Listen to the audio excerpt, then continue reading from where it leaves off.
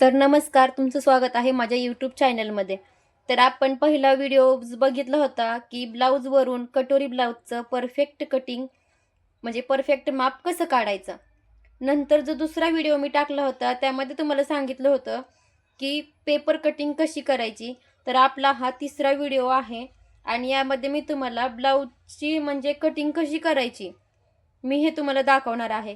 त्याच्यावरती मॅनेजमेंट कसं करायचं त्याच्यावरती आपण जे कट करून ठेवलेले पेपर कसे मांडायचे मी तुम्हाला ह्या व्हिडिओमध्ये मी शिकवणार आहे.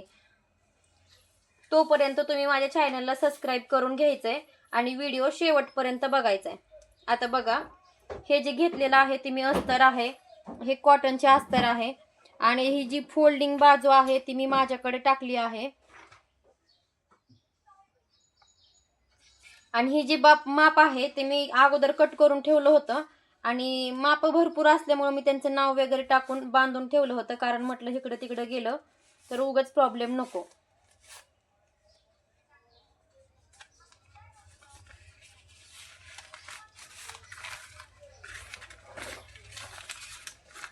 बघा, ह्या अस्तरची जी बंद बाजू आहे मी तुम्हाला सांगितलं होतं, पेपरची सुद्धा बंद बाजू मी माझ्या ह्या हाताला घेतली आहे.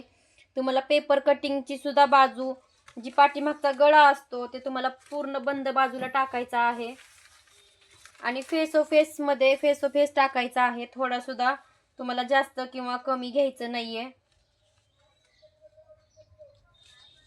प्रत्येक वेळेस पाठीमागचा गळा मांडताना हा बंद बाजूला मांडायचा आहे, नाहीतर अन्यथा तुमचं ब्लाऊजचं माप चुकणार आहे. ही जी बाजू आहे ही माझी बंद बाजू आहे ह्या पिसाची. बघा, मी पूर्ण मार्किंग करून घेत आहे जेणेकरून मला कट करायला सोपं होईल.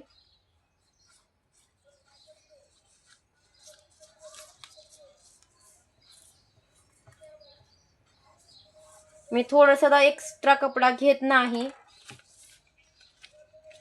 माझा पाठीचा गळा आखून झालेला आहे. ज्यावेळेस तुम्हाला गळ्याचे समजा तुम्हाला मटका गळा काढायचा असेल त्यावेळेस तुम्ही ह्याला आकार देऊ शकता, किंवा चौकोनी गळा काढायचा असेल त्यावेळेस तुम्ही आकार देऊ शकता. पाठीमागची साईड मी कट करून घेत आहे.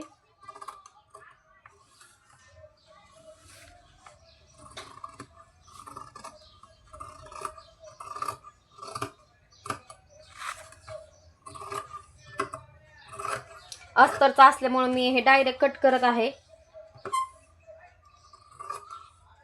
कारण मी तुम्हाला ह्याचा सुद्धा उपयोग सांगते काय करायचं. ह्याचं आपली ही बॅक साईड म्हणजे कट करून तयार आहे, साईडला ठेवून टाकायची. आणि ही जी आहे शिल्लक राहिलेला कपडा ह्यासाठी आपण हुकासाठी आणि लुकासाठी पट्टी तयार करू शकतो. तुम्हाला एक्स्ट्रा काढायची गरज लागणार नाही.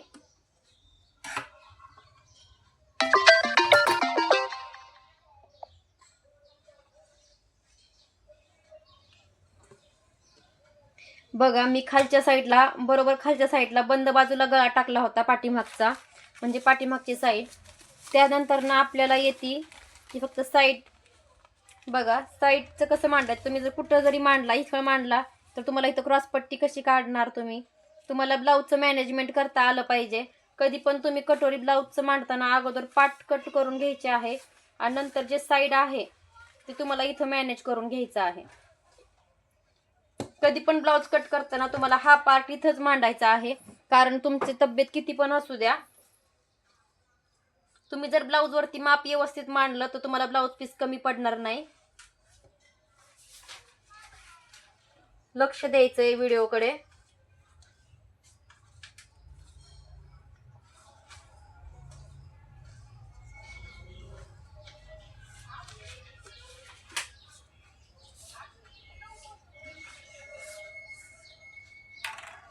तुम्ही म्हणता ब्लाऊज कट करणं सोपं असतं, पण तसं नाही. ब्लाऊज कट करण्यामध्ये पण भरपूर पद्धती असतात. तुम्ही जर योग्य रीतीने ब्लाऊज कट केला तर तुम्हाला कुठलाच प्रॉब्लेम येणार नाही.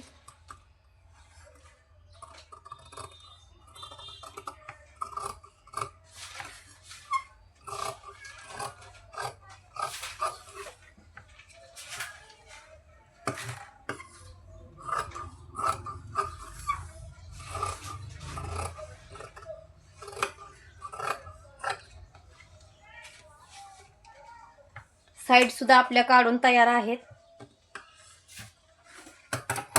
तिसरा नंबर जी येतो, पहिल्यांदा आपण बॅक साईडची पार्ट काढून घेतली, 2 नंबरला साईड काढून घेतल्या. आता 3 नंबरला आपल्याला अगोदर बाहीची कटिंग करायची आहे.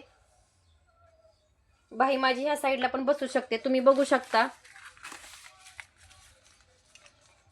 माझ्याकडून जरा पेपर थोडासा फाटला आहे. इथं बसू शकता तुम्ही बघत असताना. इथं माझी बाही बसतीये पूर्ण. जर ज्या वेळेस तुमच्याकडे एखाद्या जाड बाईचं माप येईल किंवा तुमचं माप जर जास्त मोठं असेल, त्यावेळेस ह्या स्लीवची कटिंग तुम्ही इथल्या साईडला पण करू शकता, म्हणजे कटोरीचं माप तुमचं इथं निघणार आहे. पण माझं माप इथं बसत आहे स्लीवचं, त्यामुळे मी इथंच बरोबर कटिंग करून घेत आहे मांडून. माप जास्त किंवा कमी घेत नाही, जेवढं आहे तेवढंच मी मांडून बरोबर कट करून घेणार आहे.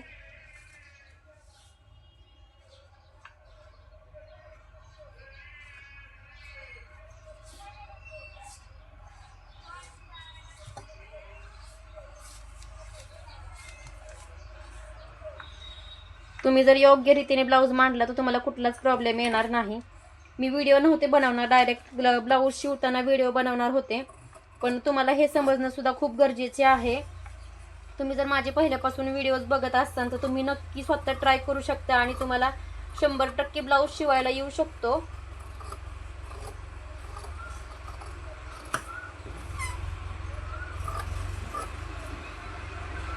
बघा, आपली स्लीव्ज कटिंग करून झालेली आहे.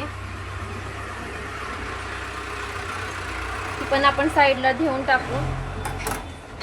जो नेक्स्ट पार्ट आहे तो आपल्याला कटोरी कट करायची आहे. आता मी कटोरी कुठं कट करते आणि कशी कट करते ह्याकडे लक्ष द्यायचं आहे. ही कटोरी आहे, तुम्ही सरळ नाही मांडू शकत, अशी पण नाही सरळ मांडू शकत आणि अशी पण नाही मांडू शकत. तुम्ही इथं जरी मांडली तर तुम्ही क्रॉसमध्ये मांडा, इकडं जरी मांडली तरी क्रॉसमध्ये मांडा.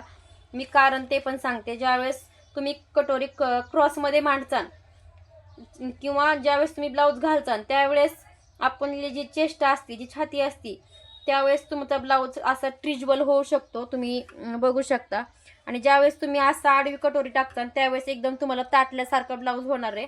त्यामुळं कटोरी मांडताना कधी पण क्रॉसमध्ये मांडायची आहे, जेणेकरून तुम्हाला छातीमध्ये ब्लाऊज एकदम व्यवस्थित बसतो, ताटल्यासारखा होत नाही.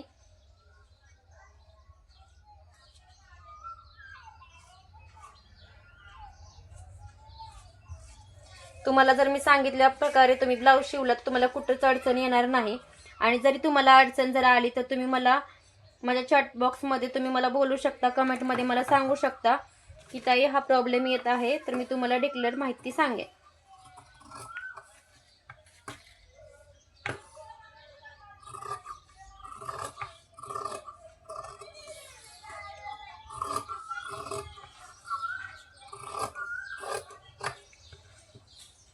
तर कटोरी आपली कट करून झालेली आहे. आता फक्त आपला एकच पार्ट राहिलेला आहे, तो म्हणजे क्रॉसपट्टी. तर बघा, आपल्याला क्रॉसपट्टीसाठी खूप असा कपडा शिल्लक आहे. बघा मी कशी मांडली आहे, एकदम मॅनेजमेंटमध्ये जेवढे पाहिजे आहे तेवढंच.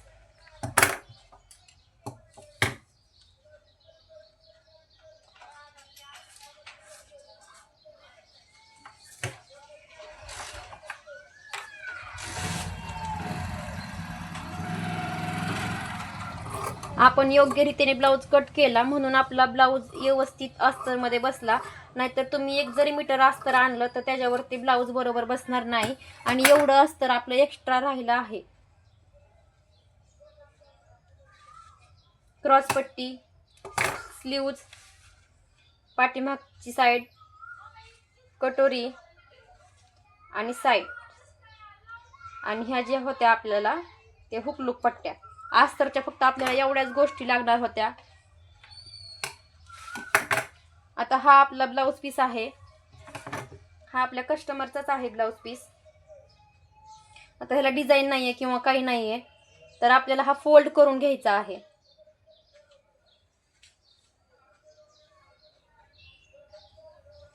आता फोल्ड कसा करायचा मी सांगते तुम्हाला. आता ह्याला लाइनिंग आहे, तुम्हाला दिसते का नाही दिसते व्हिडिओमध्ये, तर ह्याच्या उभ्या लाइनिंग आहेत, तुम्ही लक्ष द्यायचं. जर आडव्या लाइनिंग असेल तर तुम्हाला असा आडवा करून पीस टाकावा लागला असता.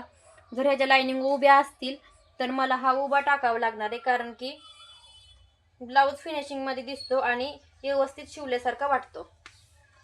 ब्लाऊज कट करायच्या अगोदर ब्लाऊज कसा आहे हे लक्षात घेणं अगोदर गरजेचं आहे. बघा, मी ब्लाऊज पीस टाकलाय आणि तो पण फोल्ड करून टाकलेला आहे. खालच्या साईडला एक भाग आणि वरच्या साईडला. ही जी बंद बाजू आहे ती मी म्हणजे माझ्याकडल्या साईडला घेतली आहे. आता आपल्याला पाठीमागची साईड टाकून घ्यायची आहे. सगळ्यात पहिल्यांदा आपल्याला पाठीमागची साईड टाकून घ्यायची आहे. पण पाठीमागची साईड मी टाकून जरी घेतली तरी पण इथं मी खालच्या साईडला एक्स्ट्रा सोडलेला आहे. इथं थोडं एक्स्ट्रा सोडलेलं आहे, कारण की शिलाई मार्जिनसाठी किंवा कमी पडू नये म्हणून. आणि थोडंसं लांबून कट करत आहे. तुम्ही पण कट करताना थोडंसं एक्स्ट्राच कपडा ठेवायचा अस्तरचा ठेवताना, आणि हे फोल्ड करून ठेवायचं. मगाशी पण आपण कट करताना अगोदर पाठ कट केली होती आणि नंतर साईड कट केल्या होत्या, आणि साईड जिथं कट केली होती आता तिथंच आपल्याला साईड पण कट करायची आहे. बघा, मी जसं मांडलं होतं तसंच थोडंसं एक्स्ट्रा ठेवायचं आहे आणि कटिंग करायची आहे.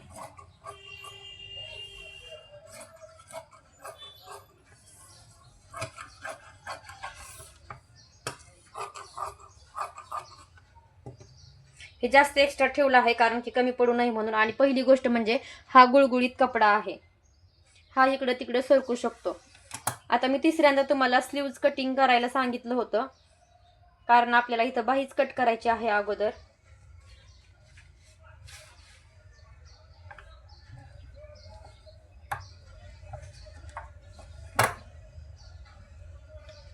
बघा, इथं माझी बाही म्हणजे बसत नाहीये, तर मग मी आता काय ॲडजस्ट करणार आहे. थोडंसं इकडं पण कमी पडतंय आणि थोडं इकडं पण कमी पडतंय. तर मग आता लाईनिंग तर मला सरळच पाहिजे. बघा, तुम्ही पण करू शकता हे. मी आता स्लीव्ज ह्याला अशी टाकली आहे. तोपर्यंत मी साईडला ठेवते कट केलेलं.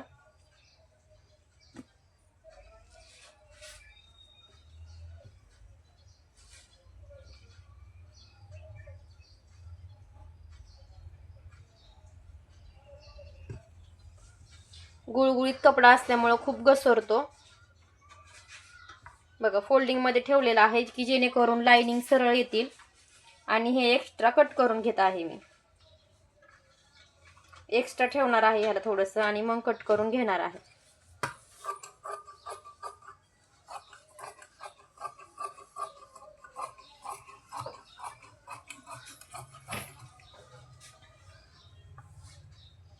आणि फोल्डिंग केल्यामुळं खालचा भाग तुम्हाला कट करायचा आहे. ह्या ब्लाऊजला कुठल्याही प्रकारची लेस नाही, एकदम साधा सिंपल आहे. तर आपली स्लीव्ज पण कट करून झाली आहे. तिसरा भाग म्हणजे आपल्याला कटोरी कट करायची आहे. तर बघा, तुम्ही इथं आपली कटोरी पण निघतीये. तर कसं सांगितलं होतं मी तुम्हाला, क्रॉस मध्ये मांडायची कटोरी. बघा, तुम्ही ह्याचा भाग पण तसाच तुम्हाला क्रॉस मध्ये मांडायचा आहे अस्तरचा, की जेणेकरून ब्लाऊज पीस जो आहे तो पण तसाच मांडायचा आहे, जेणेकरून तुम्हाला दोन्ही पार्ट सारखे होतील आणि ब्लाऊज व्यवस्थित कटोरीमध्ये बसेल. ह्याला पण थोडं थोडं एक्स्ट्रा ठेवत आहे.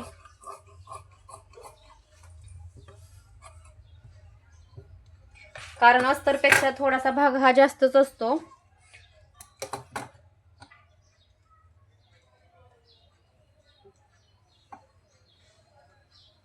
तर आपल्या फक्त क्रॉस पट्ट्या कट करायच्या राहिल्या आहेत. कट करायच्या राहिल्या आहेत. तर बघा, ह्याला फक्त थोडंसं नॉर्मली मी फक्त खाली शिल्लक ठेवला आहे कपडा, कारण जेणेकरून ज्यावेळेस आपण ब्लाऊज शिवतो, मी तुम्हाला दाखवते, ज्यावेळेस आपण ब्लाऊज शिवतो त्यावेळेस हा जो अस्तरचा कपडा आहे तो जर जास्त ठेवला तर हा वरच्या साईडला येईल, म्हणून मी थोडंसं अंतर हे खाली ठेवते की जेणेकरून ही पट्टी आतमध्ये दुमडली जाईल. तुम्ही बघू शकता, हा ब्लाऊज मी शिवलेला आहे, त्यासाठी मी एक्स्ट्रा कापड थोडंसं घेतलेलं आहे आणि हे कटिंग करून घेत आहे.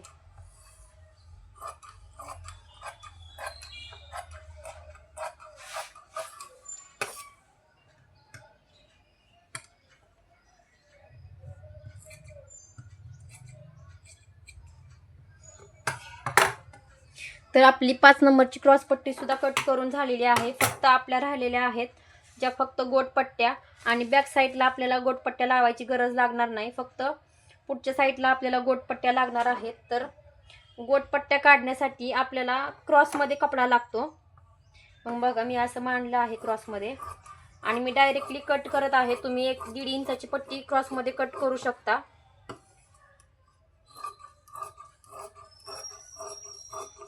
मी अंदाज 5 कट करत आहे. ह्या खूप झाल्या, म्हणजे हा एक्स्ट्रा कपडा शिल्लक राहिलेला आहे माझा. तरी पण ब्लाऊज सगळा पूर्ण शिवून होईपर्यंत तुम्ही नाही टाकून द्यायचा. तर ह्या 2 पट्ट्या मला खूप होतात. तर पूर्ण माझा ब्लाऊज कटिंग झालेला आहे आणि आता डायरेक्ट टिचिंग करायची आहे. तर सबस्क्राईब नसेल केलं चॅनलला तर सबस्क्राईब करायचे. तर आपण पुढच्या व्हिडिओमध्ये ब्लाऊज कसा शिवायचा हे पाहणार आहोत. तुम्ही व्हिडिओला माझा प्रतिसाद दिलात, लाईक करायचे, शेअर करायचे. धन्यवाद.